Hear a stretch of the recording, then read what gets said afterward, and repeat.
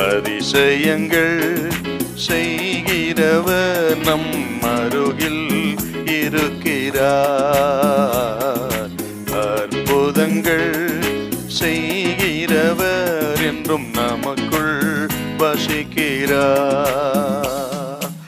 மத்தேயு 16ஆம் அதிகாரம் 16வது வசனம். சீமோன் பேதுரு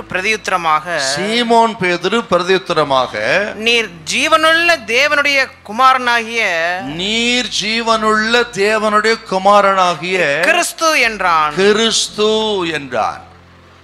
ஆண்டவராகிய இயேசு கிறிஸ்து ஒரு விசை தமது சீஷர்களை புறஜாதிகளின் தேசம் வழியாக அழைத்து கொண்டு போகிறார்.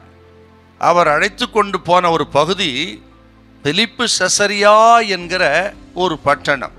ஆக செசரியா பட்டணம் வேற, பிலிப்பு செசரியா பட்டணம் வேற. செசரியா பட்டணம் என்பது மத்திய தரைக்கடலை ஒட்டி இருக்கிற பெரிய ஏரோது கட்டின ஒரு பட்டணம் செசரியா பட்டணம். இது பிலிப்பு செசரியா, அதாவது பெரிய ஏரோதுவினுடைய குமாரன் ஏரோது பிலிப்பு என்பவன் கட்டின ஒரு பட்டணம்.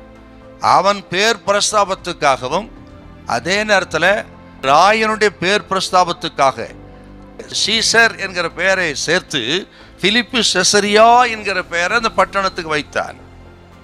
அந்த பட்டணத்தில் ராயனுக்கு ஒரு கோயிலையும் கட்டினான் பெரிய ஏரோது.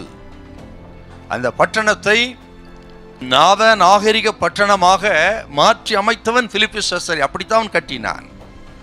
அந்த நாகரிக பட்டணம் மனுஷனுடைய வல்லமையை, மனுஷனுடைய ஞானத்தை, அறிவை, நாகரிகத்தை வெளிப்படுத்தின அந்த பட்டணத்தின் வழியாக வரும்பொழுது தான் இந்த கேள்வி கேட்கிறார், ஜனங்கள் என்னை யார் என்று சொல்லுகிறார்கள் என்று கேட்டால், ஆண்டவராக இயேசு கிறிஸ்துவை குறித்து ஜனங்கள் பல்வேறு விதமாக பல நிலைகளிலே பேசினார்கள்.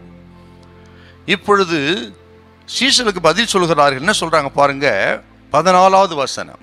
ஆக ஜனங்கள் விதமாக பேசுகிறார். எலியா என்று சொல்லுகிறார்கள், யோவான் ஸ்நானன் என்று சொல்லுகிறார்கள், எரேமியா தீர்க்கதரிசி சொல்லுகிறார்கள் என்று பதில் சொன்னார். அதை கேட்ட ஆண்டவர் இன்னொரு கேள்வி கேட்கிறார், நீங்கள் என்னை யார் என்று சொல்லுகிறீர்கள்?